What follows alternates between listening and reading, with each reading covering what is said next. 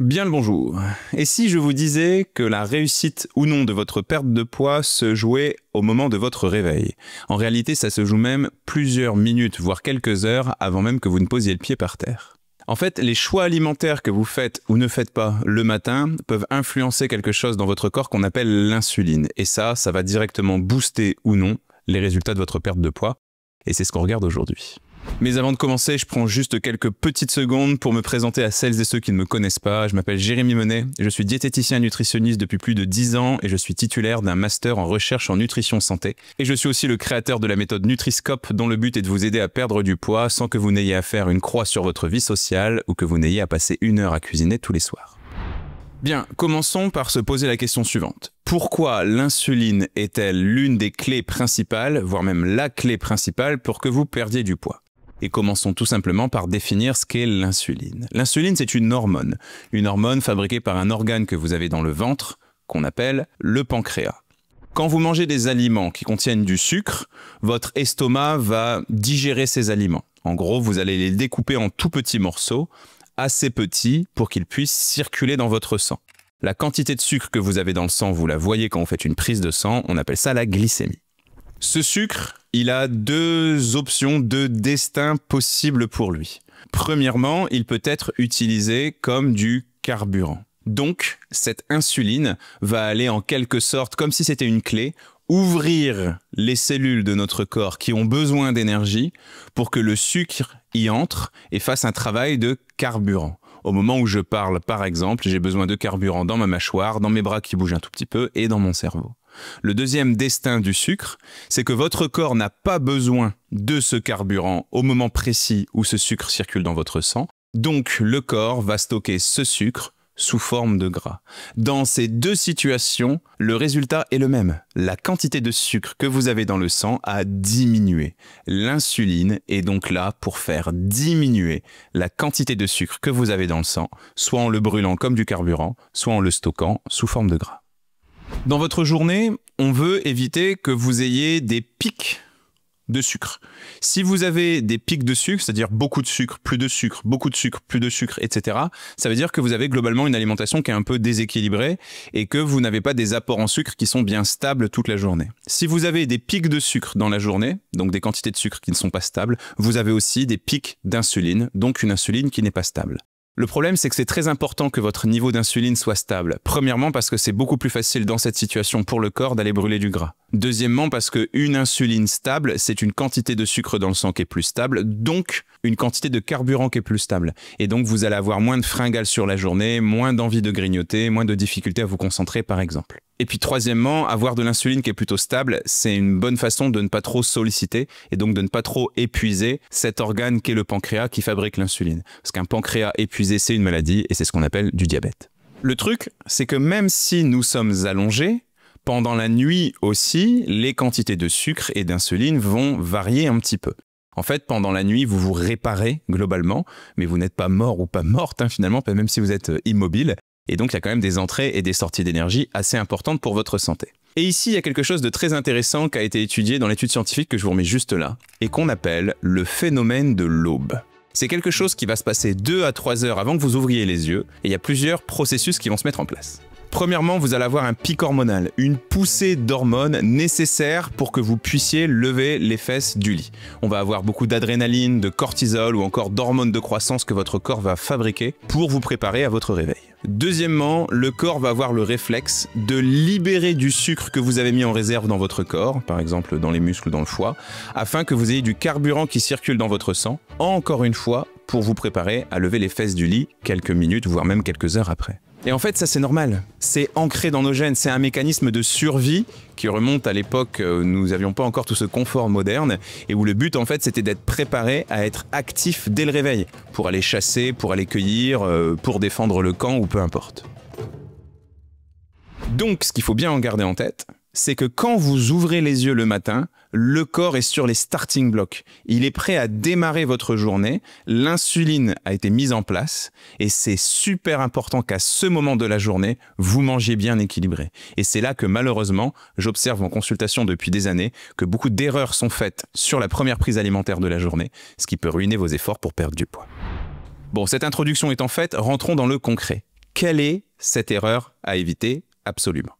Vous me voyez peut-être venir, c'est assez logique quand on parle d'insuline, mais ça va concerner le sucre. Malheureusement, très souvent, une grande partie d'entre vous, vous mangez beaucoup trop sucré le matin. Par exemple, le petit déjeuner traditionnel français, ou en tout cas un petit déjeuner que j'ai pris longtemps dans ma vie, peut être bourré de sucre. Imaginons, vous mettez de la baguette de pain, baguette blanche, c'est du sucre. Vous la tartinez potentiellement avec de la confiture, c'est du sucre. Peut-être qu'à côté de ça, vous prenez un verre de jus d'orange qui contient une quantité de sucre absolument phénoménale. Et peut-être qu'il y a un café aussi à côté, café dans lequel il y a à nouveau du sucre. Vous avez donc, à ce moment précis de la journée, une quantité de sucre phénoménale qui arrive dans votre sang. Bien évidemment, j'ai pris un petit déjeuner super caricatural en vous expliquant ça, mais il n'y a pas besoin de pousser le curseur aussi haut. Et le souci, c'est quoi?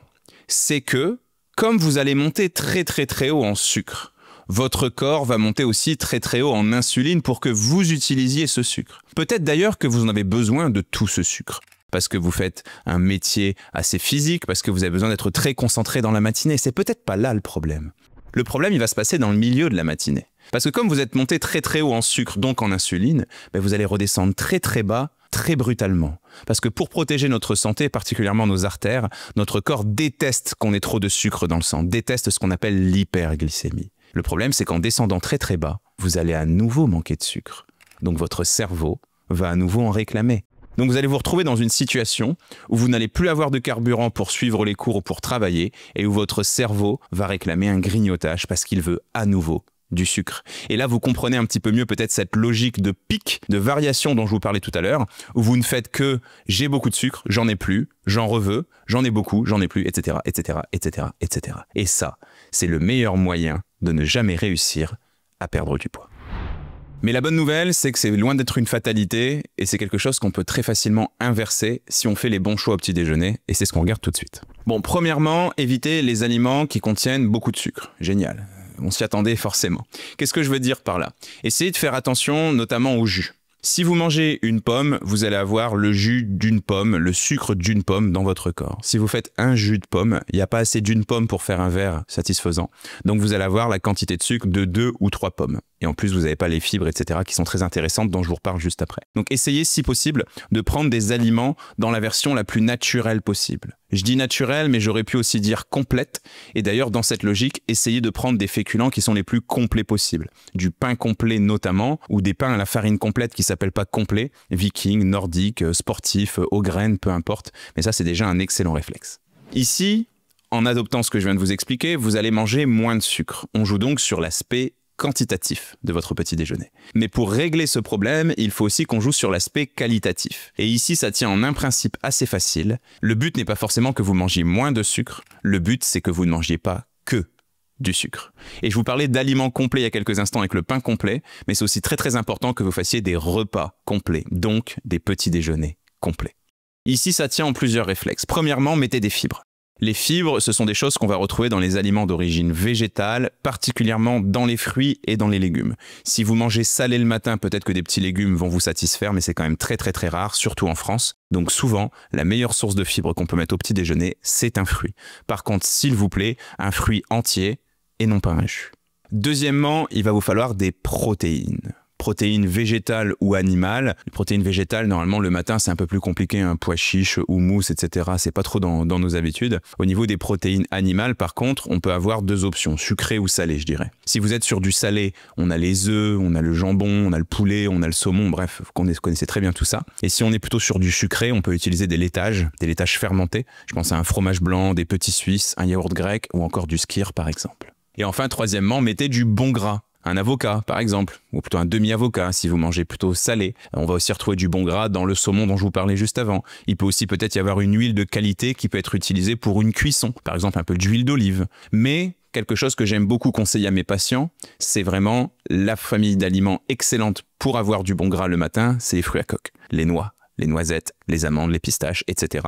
En version non grillée et non salée, s'il vous plaît. Le fait d'associer moins de sucre et surtout d'avoir un repas plus complet, ça va ralentir la vitesse à laquelle le sucre est digéré et la vitesse à laquelle ce sucre est absorbé et utilisé comme du carburant. Finalement, vous aurez faim moins vite, vous serez rassasié pendant beaucoup plus longtemps, et c'est notamment ce qui peut vous permettre de tenir du petit déjeuner pris vers 8 h du matin au repas du midi pris vers 12h30. D'ailleurs, pour être dans le concret, je vous ai donné 2 exemples de petits déjeuners. Un petit déjeuner sucré avec un fromage blanc, un mélange de céréales maison tels que des flocons d'avoine par exemple, des morceaux de figues, des amandes et du miel. Et en plus, c'est de saison en ce moment. Vous voyez qu'on est quand même sur un plat où il y a un petit peu de sucre finalement. Il y a le miel pour donner du goût à tout ça, il y a les figues qui naturellement en contiennent un tout petit peu, et puis on a quand même un féculent avec ce produit céréalier.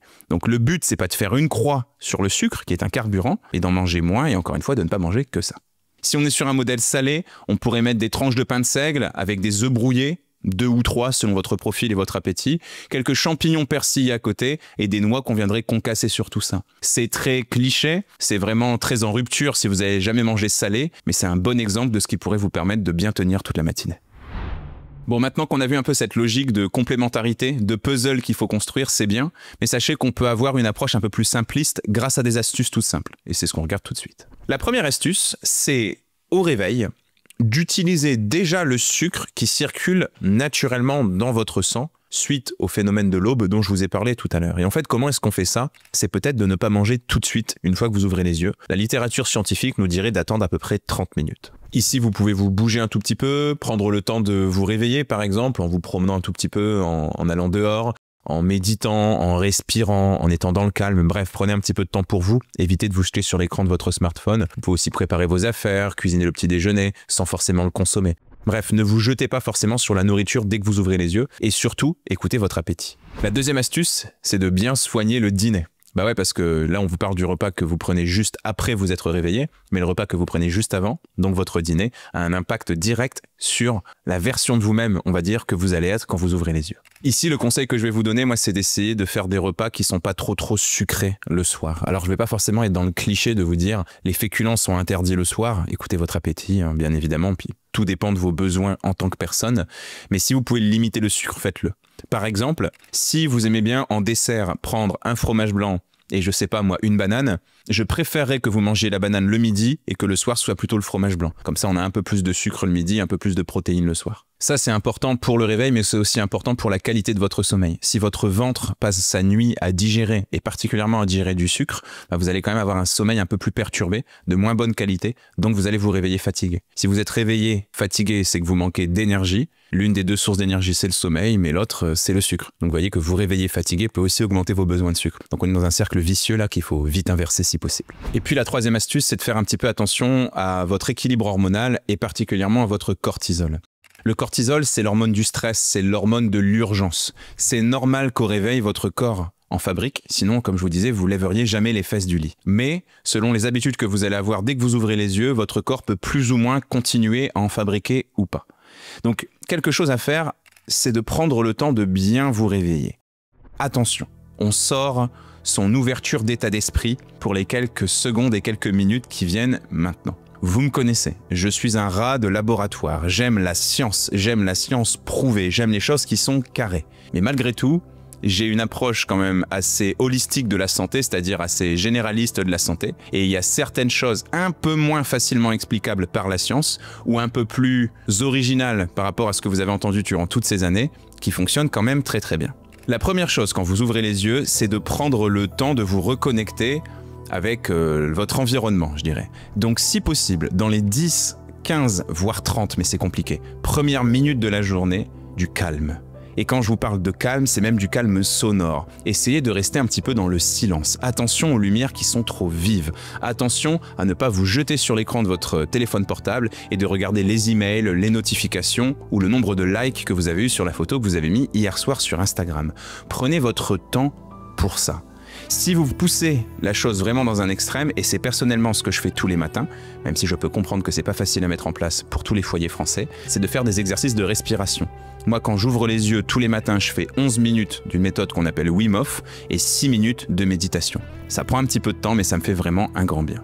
Deuxièmement, quand vous ouvrez les yeux, il faut que votre corps comprenne que vous êtes éveillé. Votre corps comprend que vous êtes éveillé quand il est témoin qu'il fait jour ou presque. Donc, plutôt que de vous jeter encore une fois sur de la lumière bleue, celle des écrans, je vous conseille très vivement de sortir de chez vous ouvrir une fenêtre si vous préférez, et vous cherchez le soleil des yeux. S'il n'est pas encore levé, regardez les premières lueurs de l'aube. Votre cerveau comprendra ce qui se passe. Et le but, c'est que vous passiez à peu près 2 minutes à faire ça. 2 minutes à observer le ciel, plutôt orienté vers le soleil. Oui, ça peut vous faire rire, oui, c'est un peu cliché, ok, pas de problème. En fait, ce qui va se passer, c'est qu'en faisant ça, vous allez envoyer le message à votre cerveau, c'est bon, tu es réveillé, tu n'as plus besoin de fabriquer cette hormone du stress qu'est le cortisol. Et ça va vous permettre de vous caler sur le rythme circadien et donc de faire moins d'insuline, moins de sucre le matin, bref, vous avez compris tout ça, mais surtout de bien plus facilement vous endormir le soir et vous réveiller en meilleure forme tous les matins.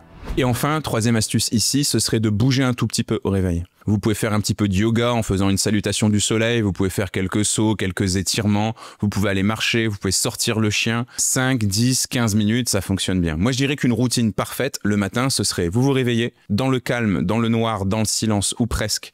Vous prenez le temps de bien respirer. 15 minutes pour ça, méditation, respiration. 2 à 3 minutes, exercice du soleil dont je vous ai parlé. Et puis vous allez marcher peut-être pour aller chercher le pain ou peu importe, 10, 15 minutes. Ça, c'est absolument parfait pour l'insuline, pour la perte de poids, mais aussi pour votre santé de façon générale. Bien, vous savez tout du réveil, vous savez tout de l'insuline dans les premières heures de la journée. Mais malgré tout, il est possible que vous ayez parfois des pulsions sucrées, particulièrement le soir quand vous rentrez du travail. Et là aussi, l'insuline est concernée. Donc si vous voulez en savoir plus pour comment limiter les pulsions sucrées, j'ai fait une vidéo sur le sujet que je vous remets juste ici, n'hésitez pas à aller voir ça. À très bientôt, pensez à vous abonner si ce n'est pas encore fait. Salut.